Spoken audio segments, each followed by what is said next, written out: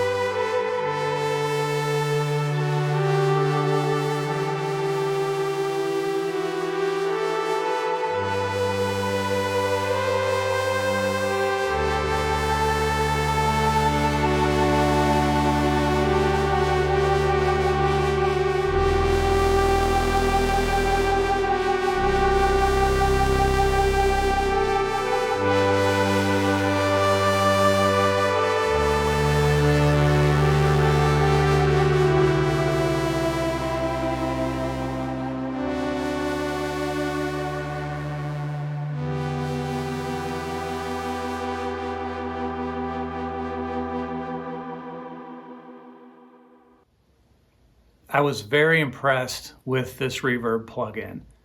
I've had a lot of times in the past where I think, kind of overloaded reverb and I have it turned up high like I did for this demo, and it tends to, the sound just sometimes stacks and builds and it gets too much and it's unwieldy and things start clipping. It makes a big mess. But the settings that I was able to dial in on the Cloudburst today, I was really happy with them. It kept a lot of it clear. Again, there's a lot of reverb there, but it might be something that you would use in that kind of a context if you're making like an ambient track, for example. So I think this reverb is really well made. It's simple to use. I was a little disappointed in the lack of presets. I guess I had in my mind, like, I used to have the Strymon, the Big Sky pedal, and there was, a ton of presets in there. But that being said, it's not an overly complex interface, and so it's easy to kind of just tweak things and dial things in the way you want them, and you can get there pretty quick. So I think it's a decent pickup. It's a great reverb plugin. Is it worth, right now it's on sale for $79. Is it worth that? Maybe so. That's for each person to decide on their own.